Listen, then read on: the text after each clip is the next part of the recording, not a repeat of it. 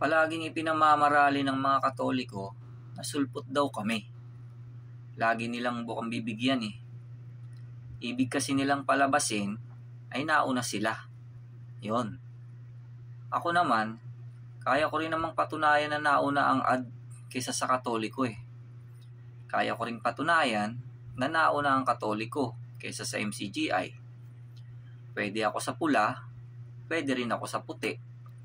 Kung sa pula sila, sa puti ako. Kung sa puti naman sila, sa pula naman ako. Gaya lang nung sinasabi ng iba kay Bes. Sabi nila, yan namang si Soriano, yung pula ginagawang puti. Yung puti ginagawang pula. Kung alam mo kasi ang pasikot-sikot sa Biblia at malawak ang kaalaman mo doon at tama ang paniniwala mo, ay magagawa mo yon. Kaya lang, kung Katoliko kayo o born again o etc.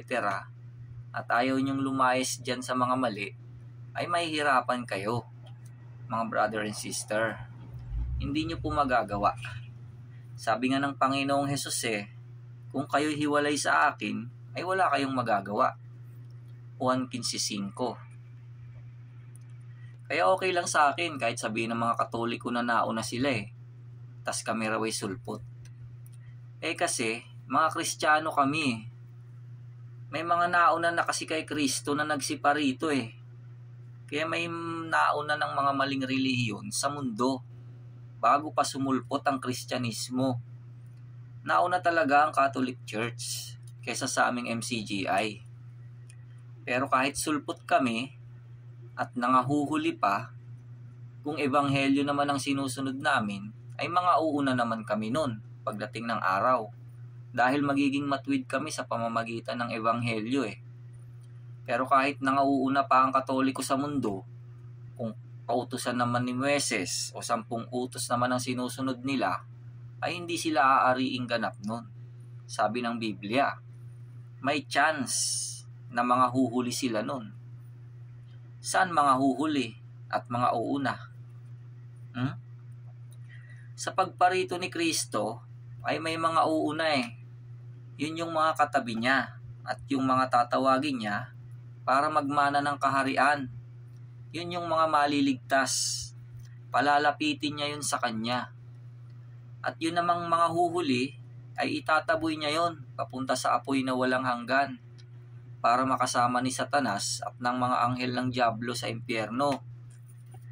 Kaya, ang mas mahalaga po ay yung mauna tayong tawagin ni Kristo sa kanyang pagparito. Hindi yung mauna ka dito sa mundo. Basa, Biblia. Mateo 19:30. Datapwat maraming mga una na mga huhuli at mga huli na mga uuna. Unang Korinto 15:1-2. Ngayon ipinatatalastas ko sa inyo, mga kapatid, ang ebanghelyo na sa inyo'y aking ipinangaral, na inyo namang tinanggap, na siya naman ninyong pinananatilihan. Sa pamamagitan naman nito'y ligtas kayo, kung matiyagan ninyong iingatan ang salitang ipinangaral ko sa inyo, maliban na kung kayo'y nagsisampalataya ng walang kabuluhan. Gawa 13:39. At sa pamamagitan niya, ang bawat nananampalataya ay inaaring ganap sa lahat ng mga bagay, na sa mga ito'y hindi kayo aariing ganap sa pamamagitan ng kautusan ni Moises. Mateo 20:16. Kaya't ang mga unay mga huhuli at ang mga huli ay mga uuna.